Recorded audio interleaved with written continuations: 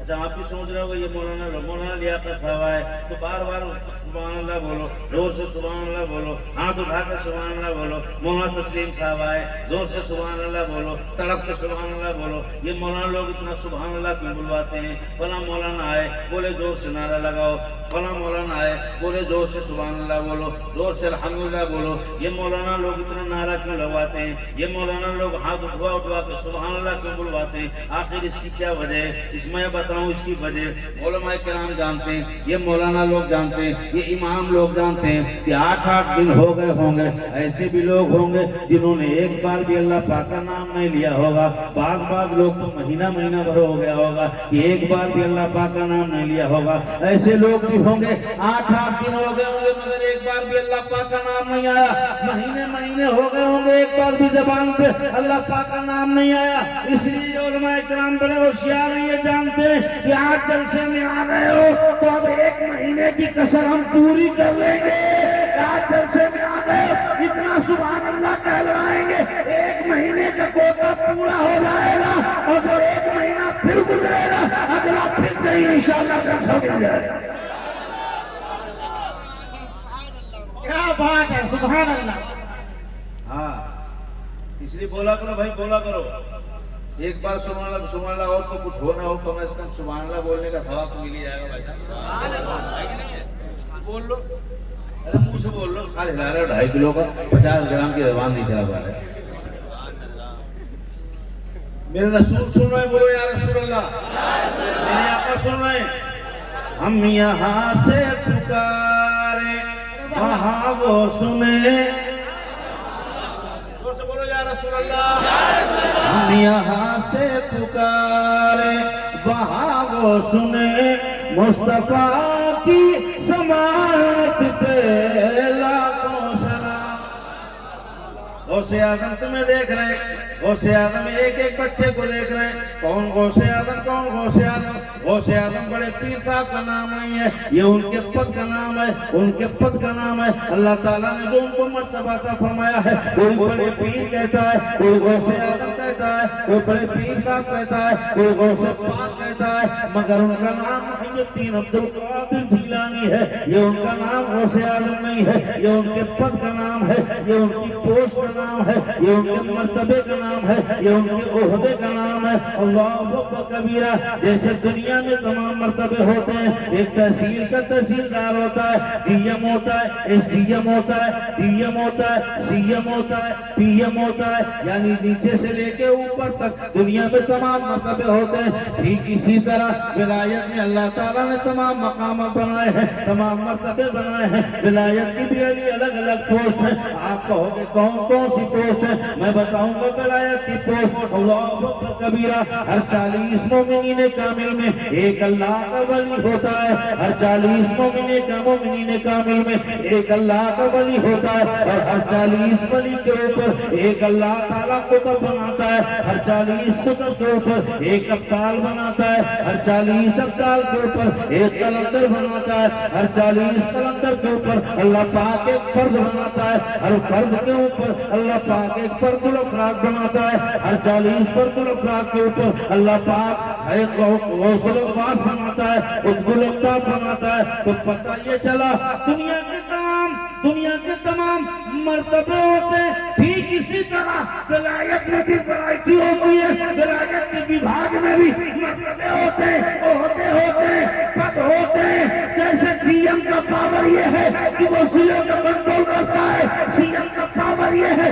کہ وہ پردیش کو کنٹرول کرتا ہے، پی ایم کا پاور یہ ہے کہ وہ پورے ملک کی نگرانی کرتا ہے۔ تو ٹھیک اسی طرح سب سے بڑا پد راشٹرپتی کا ہوتا ہے۔ تو جس طرح ملک میں سب سے بڑا پد راشٹرپتی کا ہوتا ہے، ٹھیک اسی طرح ولایت میں سب سے بڑا مرتبہ غوث اعظم کا ہوتا ہے۔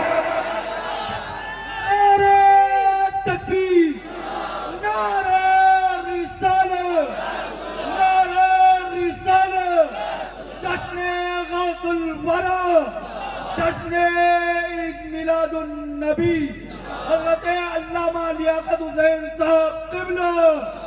نعرہ تکبیر، نعرہ رسالت۔ بھائی صاحب غوث تو تمام ہو سکتے ہیں، غوث تو تمام ہو سکتے ہیں، بغداد کے اندر تمام دوسرے بھی غوث ہیں، حضرت جنید بغدادی بھی غوث ہیں اور تمام دوسرے بھی غوث ہیں۔ آپ کی ہندوستان کے اندر محررہ شریف میں ایک گنبد کے نیچے 7 غوث موجود ہیں۔ زور سے معلومات کی بات بتا رہا ہوں، ذرا زور سے بولے سبحان اللہ، ہاتھ اٹھا کے بولے یا رسول اللہ۔ محررہ شریف کا ایک سفید گنبد بظاہر تو بڑا سادہ سا گنبد ہے، مگر ایک گنبد کے اندر ہندوستان کے اندر اسی ایک گنبد کو یہ شرف حاصل ہے، پورے بھارت کے اندر اسی ایک گنبد کو یہ شرف حاصل ہے، اس ایک گنبد کے اندر 7 قطب موجود ہیں۔ اللہ اکبر کبیرہ، 7 غوث موجود ہیں۔ یعنی کیا مطلب؟ حضرت علیہ رسول احمدی بھی، مرشد اعلیٰ حضرت بھی غوث ہیں، ان کے دادا بھی غوث ہیں، اچھے میاں بھی غوث ہیں۔ یعنی غوث ہر علاقے میں ہوتا ہے، ہر علاقے میں ہوتا ہے۔ غوث تو تمام ہو سکتے ہیں، ایک پردیش میں غوث ہو سکتا ہے، ملک میں غوث ہو سکتا ہے، ملک میں کئی غوث ہو سکتے ہیں۔ یعنی پوری دنیا پر قطب تمام ہو سکتے ہیں، غوث تمام ہو سکتے ہیں، مگر پورے زمانے میں غوث اعظم ایک ہی ہوتا ہے۔ غوث اعظم ایک ہی ہوتا ہے۔ بھائی صاحب غوث اعظم ہر زمانے میں ایک ہوتا ہے۔ آپ کہو گے ان سے پہلے غوث کون تھا؟ میں کہوں گا بھائی صاحب میں غوث کی پورا شرح بتا دوں گا۔ حضرت اویس قرنی بھی اپنے زمانے کے غوث اعظم تھے۔ ذرا زور سے بولو بھائی صاحب، ذرا زور سے بول دو تو میں تقریر کروں گا لگا کے۔ ذرا زور سے بولو، ہاتھ اٹھا کے سبحان اللہ۔ تو ویسے قرنی بھی اپنے زمانے کے غوث اعظم ہیں، ان کے بعد دوسرے غوث، ان کے بعد دوسرے غوث، اور اس کے بعد سرکار غوث اعظم کو اللہ تعالیٰ نے یہ مرتبہ عطا فرمایا۔ جو غوث ہوتا ہے بھائی صاحب، آپ کو ٹی ایم کی پاور تو معلوم ہے، سی ایم کی پاور تو معلوم ہے نا؟ بول دیا کرو محبت سے، معلوم ہے نا؟ تو منہ سے بول دو معلوم ہے، جتنا موٹا تھوڑا سبھی جانتے ہیں۔ ڈی ایم کا پاور تو معلوم ہے بھائی صاحب، سی ایم کا پاور تو معلوم ہے، پی ایم کا پاور تو معلوم ہے، غوث اعظم کا پاور نہیں معلوم ہے۔ تمہارا بتاؤں، غوث اعظم ضلع کا پورا کنٹرول اس کے ہاتھ میں، ڈی ایم ڈسٹرکٹ مجسٹریٹ، یہ تو ہوتا ہے کلیکٹریٹ، پورے ڈسٹرکٹ ضلع کا ماحول اس کے کنٹرول میں، سی ایم پورے صوبے کا ماحول اس کے کنٹرول میں، پی ایم پورے ملک کا ماحول اس کے کنٹرول میں۔ ٹھیک اسی طرح غوث اعظم جب جس زمانے کا غوث اعظم ہوتا ہے، اس زمانے کے غوث اعظم کے ہاتھ میں پورے زمانے کا ماحول کنٹرول میں ہوتا ہے۔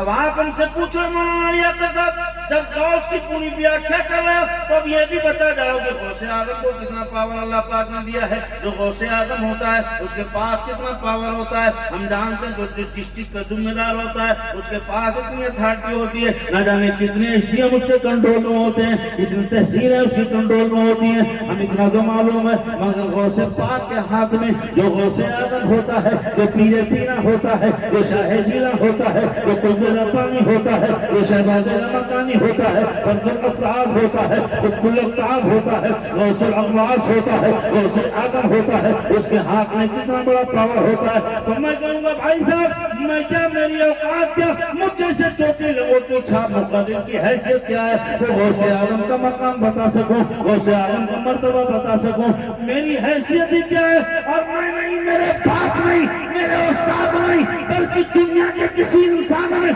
یہ طاقت نہیں ہے کہ وہ غوث اعظم کو مکمل پاور بتا سکے۔ مگر پھر کون بتائے گا؟ ہم نے کہا چلو غوث اعظم کی بارگاہ میں پوچھ لیں۔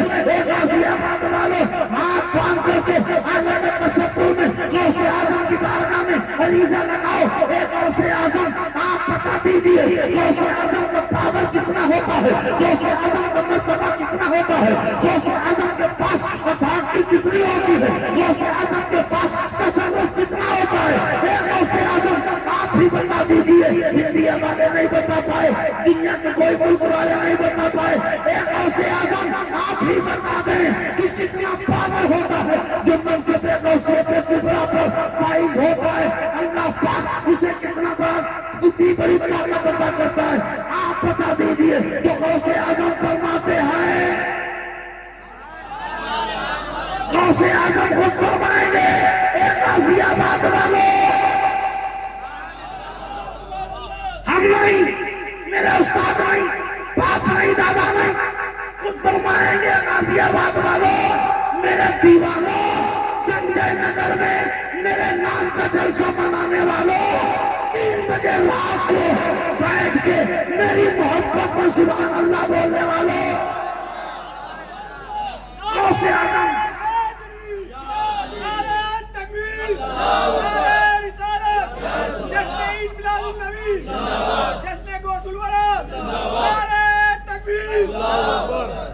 غوث اعظم خود فرمائیں گے جب عالم تصور میں سنجے نگر کے مسلمان ہاتھ باندھ کر کے عریضہ لگائیں گے یا غوث اعظم آپ بتا دیجئے اور کوئی مولانا نہیں بتا پائے گا غوث اعظم کا مرتبہ کتنا پاور والا ہوتا ہے غوث اعظم کے ہاتھ میں کتنا پاور ہوتا ہے کتنی طاقت ہوتی ہے تو غوث اعظم فرماتے ہیں پیر پیرا فرماتے ہیں میر میرا فرماتے ہیں شاہ جینا فرماتے ہیں قطب ربانی فرماتے ہیں غوث سمدانی فرماتے ہیں سرکار غوث اعظم فرماتے ہیں اے لوگوں اگر غوثیت کا پاور جاننا چاہتے تو لو سنو کہ جب تک میں عبدالقادر اجازت نہیں دیتا ہوں اس وقت آسمان سے بارش نہیں ہوتی ہے ذرا زور سے بول دے سبحان اللہ سرکار غوث اعظم فرماتے ہیں جب تک میں اجازت نہ دوں آسمان سے بارش نہ ہو سورج نکلتا ہے عبدالقادر سے اجازت لیتا ہے مہینہ شروع نہیں ہوتا ہے جب تک عبدالقادر سے اجازت نہیں ملتی ہے یہ پاور ہے غوث پاک کا اب اتنا پاور ہے اب بھائی صاحب اب تو بول لو گے نا پتہ ہے نا غوث اعظم دیکھ رہے ہیں پتہ ہے نا بولو بھائی صاحب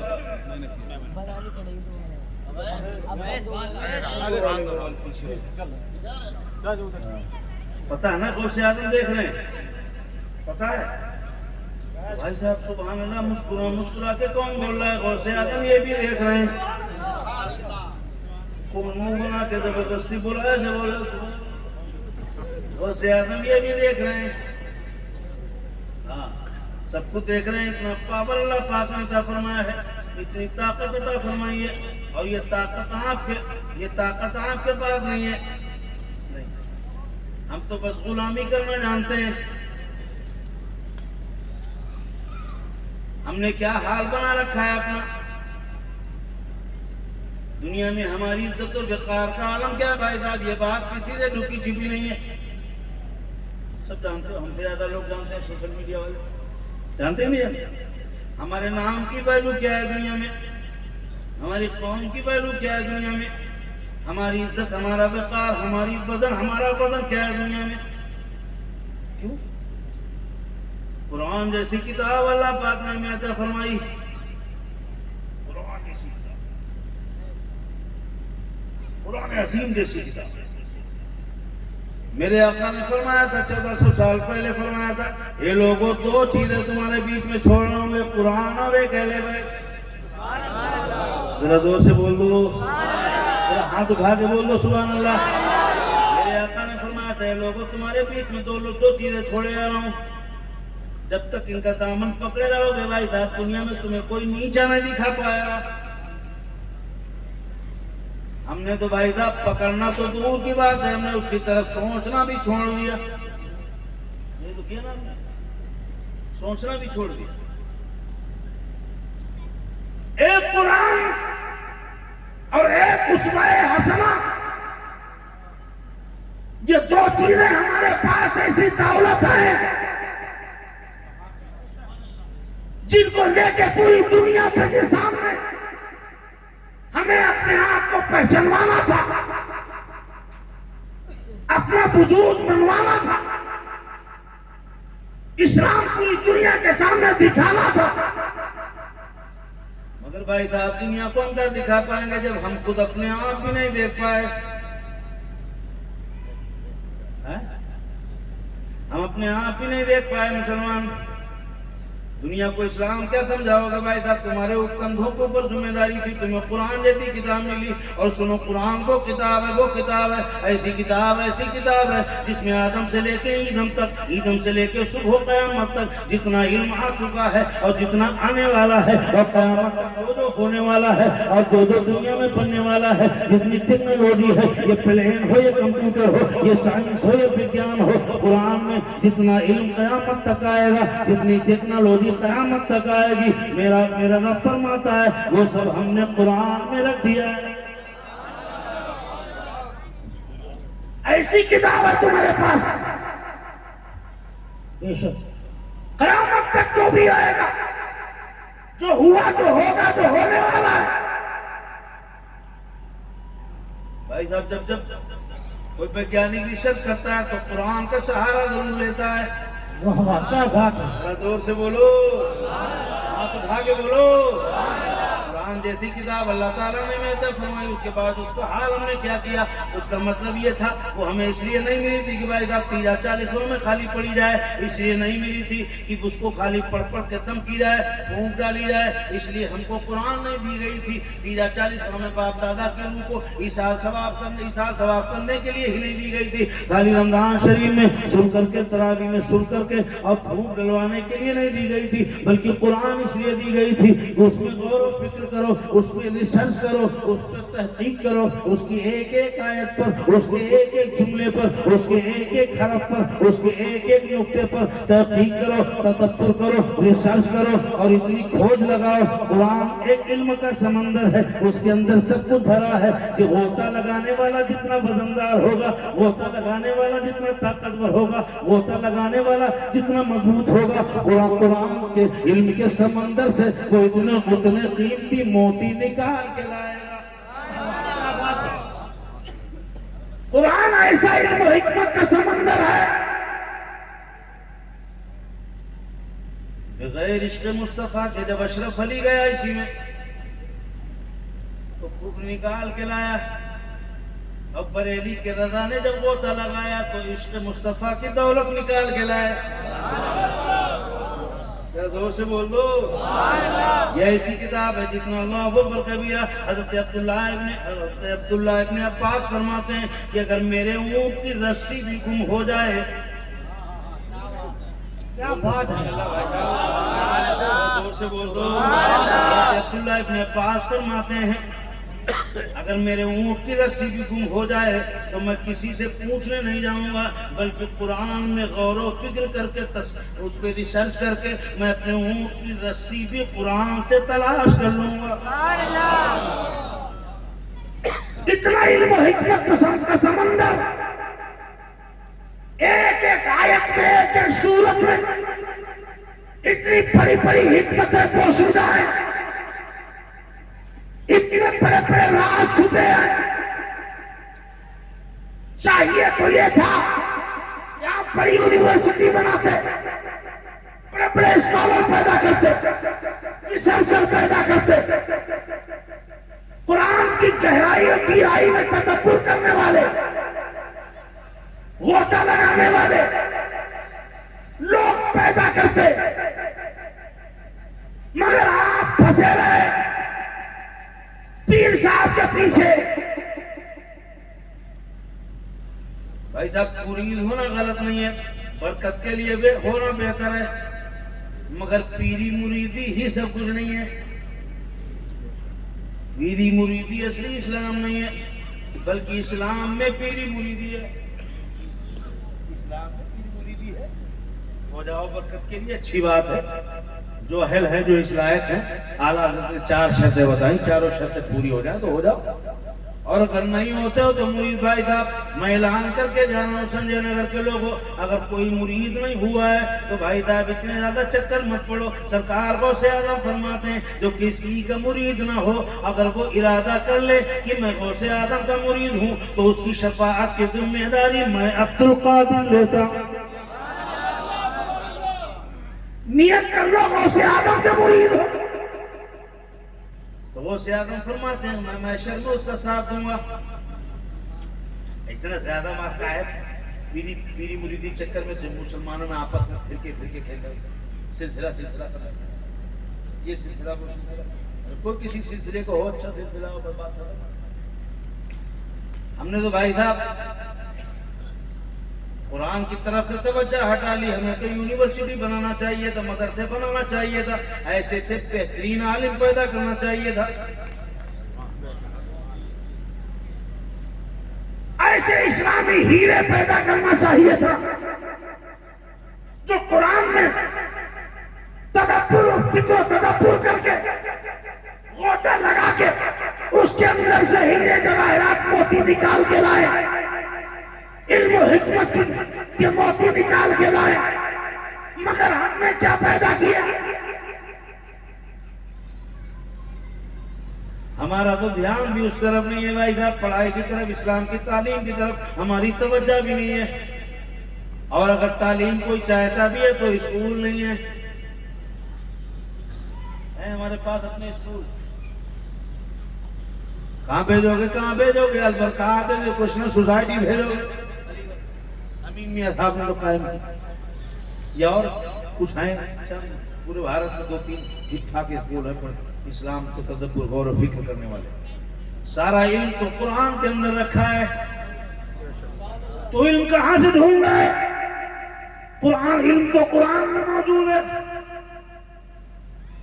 بھائی صاحب جو 1400 سال پہلے قرآن نے اعلان کیا تھا وہ آج ویگیانک آج ریسرچ کر رہے ہیں. سائنس والے آج ریسرچ کر رہے ہیں. 1400 سال پہلے میرے مصطفیٰ نے جس کا اعلان فرما دیا تھا. سنو, ابھی ویگیانکوں نے ریسرچ کی کہ آسمان کے اوپر ریسرچ کیا. ویگیانکوں کی ایک ٹیم نے آسمان کے اوپر ریسرچ کیا تو ریسرچ کی جو رپورٹ نکلی, نتیجہ نکلا, رزلٹ نکلا, اسی رزلٹ میں وہ لکھتا ہے اپنی رپورٹ میں کہ آسمان پہ ایک ایسی جگہ ملی ہے جس سے پتہ لگتا ہے کہ آسمان میں کبھی ہول ہوا ہے, آسمان میں کبھی دروازہ کھلا ہے. یعنی آسمان کے پار زمین سے کوئی آدمی گیا ہے. آسمان میں ایک ایسی جگہ ہے جہاں سے آثار نظر آتے ہیں کہ کبھی زمین و آسمان کے بیچ میں ایک دروازہ کھلا ہے, کبھی ہول ہوا ہے, اس پار سے آدمی اس پار گیا ہے. یہ ویگیانکوں نے ریسرچ کیا ہے. آسمان پر ریسرچ کرنے کے بعد ان کی رپورٹ میں یہ رزلٹ نکلا ہے کہ آسمان کے پار کبھی کوئی آدمی گیا ہے, ایک ہول ہے. ایسے آثار ملتے ہیں, ایسی نشانی ملتی ہے کہ کبھی ہول ہوا ہے, آدمی ادھر سے اس پار گیا ہے. اللہ اکبر کبیرہ.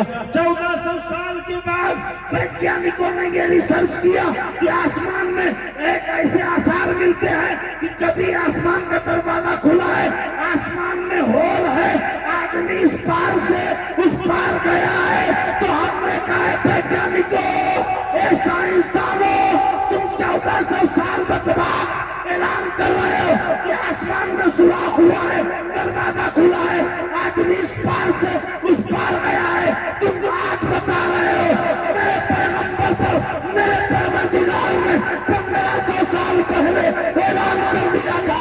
سبحان الذی اسری بعبدہ لیلا من المسجد الحرام. پاک ہے وہ ذات جو اپنے بندے کو لے گیا راتوں رات. نعرہ تکبیر, نعرہ رسالت. حضرت علامہ مفتی لیاقت حسین صاحب برکاتی, علماء اہل سنت, مسلک اعلیٰ حضرت. تم آج بتا رہے ہو کہ آسمان پہ ہول ہوا ہے کبھی. مدینے کے پیغمبر نے 1400 سال پہلے قرآن میں بتا دیا, اللہ پاک نے بتا دیا, میرے آقا نے اعلان فرما دیا, میرے آقا نے بتا دیا. ہاں صبح معراج کی رات میں, سبحان اللہ, زور سے بول دو بھائی, ذرا مسکرا کے بول دو سبحان اللہ. معراج کی رات میں میرے آقا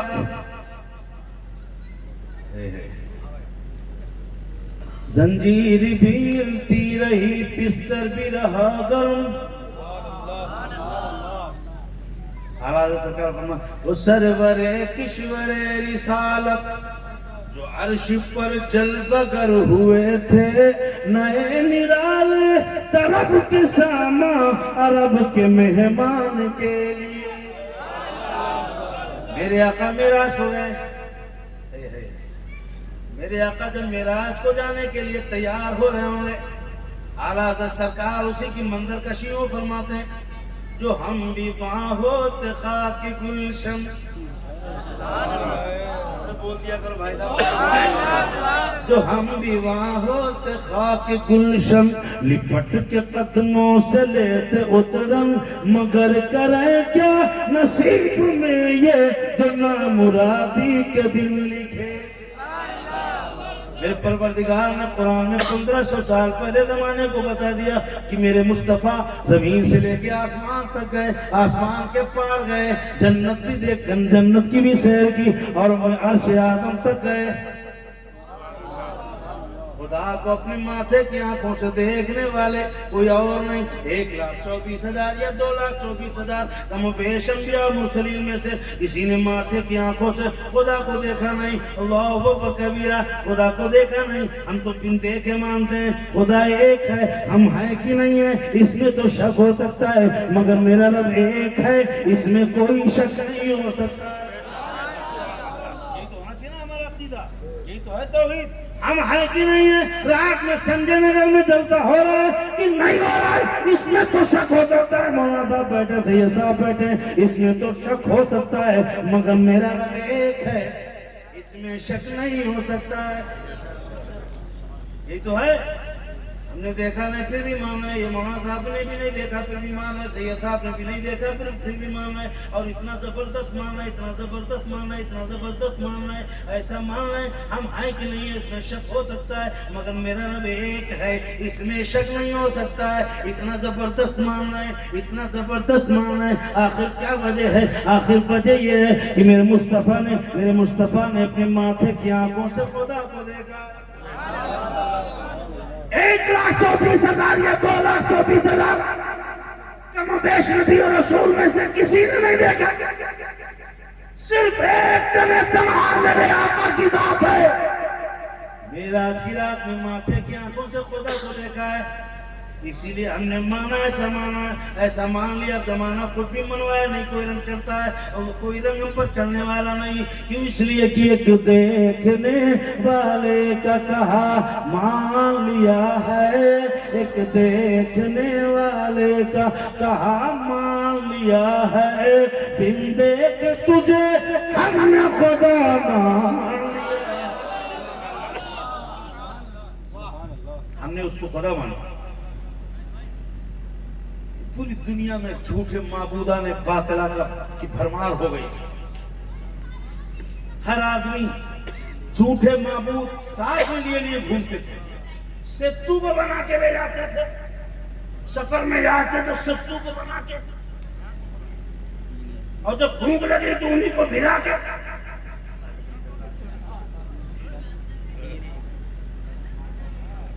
آٹا ستو کھجور کچھ نہیں. نہ جانے کتنے جھوم معبودان باطلہ کی بھرمار ہو گئی تھی. عورت کے اوپر ایسا ظلم ہو رہا تھا, باپ سسر بننے کو اپنی توہین سمجھتا تھا. نہ بیٹی ہوگی تو بیٹی کے سسر بننا پڑے گا, شوہر کا بیٹی کے شوہر کا سسر بننا پڑے گا. سسر ہونا تو گالی, سسر بننا بڑی بے عزتی سمجھی جاتی تھی. سالہ بننا بھائی صاحب بہت بڑی گالی سمجھی جاتی تھی. اسی لیے بھائی اور باپ سب لوگ مل کر کے زندہ بیٹی کو دفن کر دیا جاتا تھا. اللہ اکبر کبیرہ. گھر گھر میں جھوٹے معبود تھے, جیب میں جھوٹے معبود تھے, پاکٹ میں تھیلے میں جھوٹے معبود تھے, اور کعبے کے اندر نہ جانے کتنے جھوٹے معبود. الگ الگ برادری کا الگ معبود, الگ الگ ذات کا الگ الگ معبود, الگ الگ خاندان کا الگ الگ معبود, الگ الگ نسل کا الگ الگ معبود. کسی کی جیب میں معبود, کسی کے پاکٹ میں معبود, کسی کے تھیلے میں معبود, کسی کے ستو کا معبود, کسی کا آٹا کا معبود, کسی کا کھجور کا معبود, کسی کا پتھر کا معبود. دنیا میں نہ جانے کتنے جھوٹے معبود کی بھرمار ہو چکی تھی. بیٹیوں کو زندہ دفن کیا جا رہا تھا, بیٹیوں کو زندہ دفن کیا جا رہا تھا, اور بیواؤں کو منحوس سمجھا جا رہا تھا. اگر صبح صبح کسی بدوا بیوہ کے اوپر اگر نظر پڑ جاتی تو آدمی گھر کو واپس چلا جاتا اور کہتا کیا اب ہمارا کام نہیں بنے گا، اس لیے کہ صبح صبح منحوس کے اوپر چہرہ نظر پڑ گئی ہے، یعنی بیوہ کو منحوس سمجھا جاتا تھا، بدوا کو منحوس سمجھا جاتا تھا، صبح صبح اس کے اوپر نظر نہیں پڑتی، اتنے گندے نظریات ان کے بن چکے تھے، جھوٹے معبودان کی بھرمار تھی، اور اگر بیوہ پہ نظر پڑ جاتی تو اسے منحوس سمجھتے، کام پہ جاتے گھر واپس آ جاتے کہ آج کے بعد ہمارا کام نہیں بنے گا، اس لیے کہ منحوس کے چہرے پہ نظر پڑ گئی ہے، بیوہ کی اتنی بے عزتی تھی اور بیٹیوں کو زندہ دفن کیا جا رہا تھا، اللہ اکبر کبیرہ، ظلم و ستم سے یہ دنیا بھر چکی تھی، ہندوستان کے اندر بھی ستی پرتھا قائم تھی، یعنی زندہ عورت کو پتی کی چتا کے ساتھ چلنا پڑتا تھا، پوری دنیا میں عورت کو اپمانت کیا جا رہا تھا، بیٹیوں کو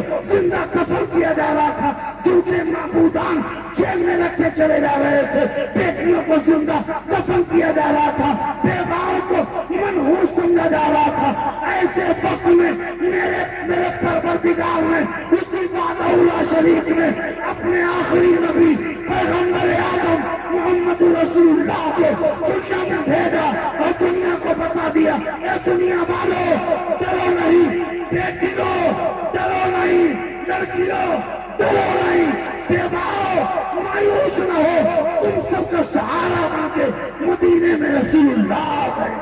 نعرہ تکبیر، نعرہ رسالت، عظمت مصطفیٰ، نعرہ تکبیر، علامہ لیاقت حسین صاحب قبلہ، نعرہ تکبیر، نعرہ رسالت۔ مکے کی سرزمین پر اللہ اکبر کبیرہ، اللہ تعالیٰ نے اپنے آخری نبی کو پیدا فرمایا، آئی بدعت چھائی ظلمت، ذرا زور سے بول دو بھائی صاحب، آئی بدعت چھائی ظلمت، رنگ بدلا نور کا، آئی بدعت چھائی ظلمت، رنگ بدلا نور کا، مائے سنت مہر ترات لے لے بدلا۔ ایک ایسی صبح ہوئی مکے میں، ایسی صبح ہوئی کہ وہ صبح نہ ہوتی تو قیامت تک کوئی صبح نہ ہوتی۔ یہ جشن میلاد بھی ہے نا، جشن روز اعظم بھی ہے، تو اس لیے میں احترام تفریح کر رہا ہوں، اصلاح بھی رہے، جشن میلاد بھی ہو جائے، جشن روز اعظم بھی ہو جائے۔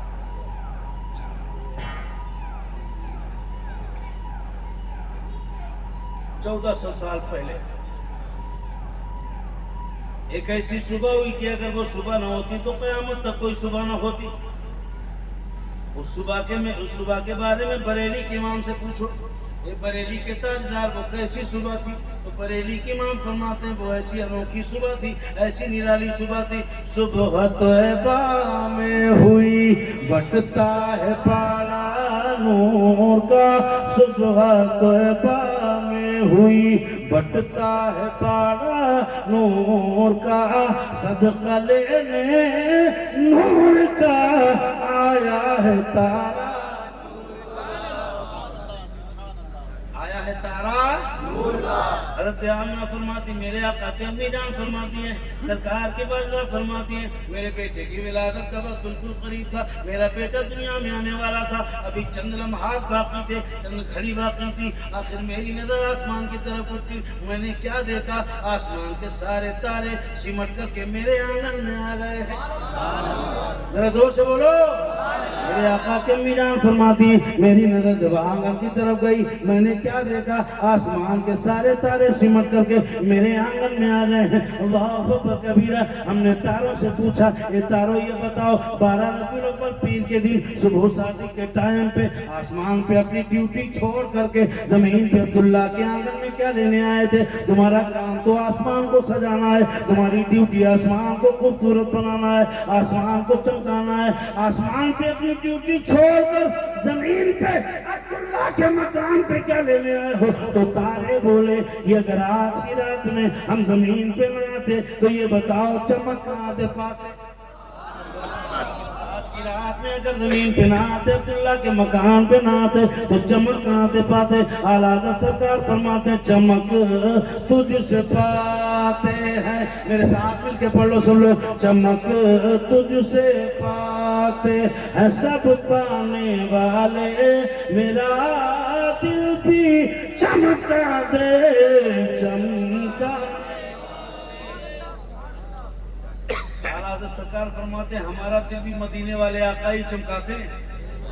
سب لوگ مل کے پڑھ لو انشاءاللہ. صبح صبح کا ٹائم ہو سکتا ہے, مدینے سے ایک نظر پڑ گئی تو سب کا دل چمک جائے گا. یا رسول اللہ چمک تجھ سے, دل پہ ہاتھ رکھ کے پڑھو انشاءاللہ ضرور فیض ملے گا. چمک تجھ سے پاتے ہیں سب پانے والے, میرا دل بھی چمکا دے چمکانے والے. میں اسی بیان کروں تو چلتے جاؤں لیکن مجھے کچھ ضروری باتیں کرنا. بھائی صاحب تعلیم کی اہمیت کو سمجھو. یہ قرآن تمہیں صرف قرآن خوانی کے لیے نہیں دی گئی تھی. ہاں, یہ قرآن خوانی کے لیے نہیں, پھونک ڈالنے کے لیے نہیں, ڈنڈا تعویذ لکھنے کے لیے نہیں. ہاں اے تعویذ, میں نے تعویذ نویس ایسے سے لوگوں کو دیکھا ہے جو باقاعدہ 50 والا لوگ ہے کہ 100 روپے والا.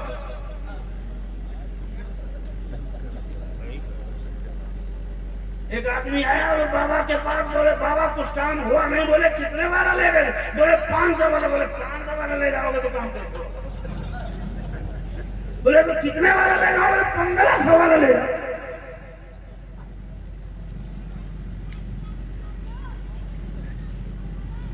اتنا زیادہ علم لگا دیا گیا ہے تمہیں, نمازوں پر تقریریں نہیں کی گئی, رات دن پیر اور سلسلہ تمہارا دماغ میں بھر دیا گیا. علم کی اہمیت نہیں بتائی گئی. یہ قرآن تمہیں کیوں دیا گیا؟ گھر میں سجانے کے لیے نہیں. یونیورسٹیاں بناؤ, کمیٹی بناؤ, مدرسے کی جڑ ڈالو, اسی کو بڑھاتے بڑھاتے بڑھاتے بڑھاتے یونیورسٹی بناؤ, بچوں کو پڑھاؤ. جب تمہارے بچے نماز پہ ریسرچ کریں گے, حجاب پہ ریسرچ کریں گے, طلاق پہ ریسرچ کریں گے, وضو پہ ریسرچ کریں گے, روزہ پہ ریسرچ کریں گے, دنیا کے سامنے اسلام کا صحیح چہرہ آئے گا. قسم خدا کی, جس دن تم اسلام سمجھ جاؤ گے تو پوری دنیا کی سمجھ میں اسلام آ جائے گا. بڑے دعوے سے کہتا ہوں بھائی صاحب, مگر آپ سوچئے کہ بھائی صاحب آپ ہی نہیں سمجھے اسلام. آپ کوئی نہیں پتا طلاق کیا ہوتی ہے, لالا کیا ہوتا ہے, حجاب کیا ہے, پتہ کیا ہے. اور تو اور بھائی صاحب بہت سی ضرورت کی بات ہے جو 4-5 وقت ضرورت پڑتی. وضو, بہت سے لوگوں کو صحیح سلامت وضو نہیں آتا ہوگا. بہت سے لوگوں کو صحیح سے وضو نہیں آتا ہوگا. جس قوم کو قرآن کے اندر سے ہیرے جواہرات موتی نکال کے لانا تھا, پلین بنانا تھا, کمپیوٹر بنانا تھا, لیپ ٹاپ بنانا تھا, چاند پہ جانا تھا, سمندر کے سینے پہ جہاز دوڑانا تھا, جس قوم کے پاس ایسی کتاب جس کے اندر سب کچھ موجود ہے, وہ قوم علم سے اتنی کوری ہے بھائی صاحب, اتنی کوری, اسے وضو تک نہیں آتا. علم میں قرآن میں تدبر کیا کرو گے, قرآن میں غوطہ کیا لگاؤ گے. ابھی تو روزمرہ ضرورت پڑنے والی بات ہے, وضو اور غسل بھی ٹھیک سے نہیں آتا ہے. تم کیا سمجھاؤ گے دنیا کو اسلام؟ تمہیں ابھی اسلام کی اے بی سی ڈی آنا, اے بی سی ڈی تمہیں نہیں پتا. دنیا کو کیا بتاؤ گے نماز, روزہ, وضو؟ ابھی بنیادی پاک رہنا تمہیں نہیں پتا اچھے سے. کیسے پتا ہوگا بھائی صاحب, کیسے پتا ہوگا؟ مدرسے کھولو, اور یہ والے مدرسے نہیں, خالی ملا جی بنانے والے مدرسے نہیں,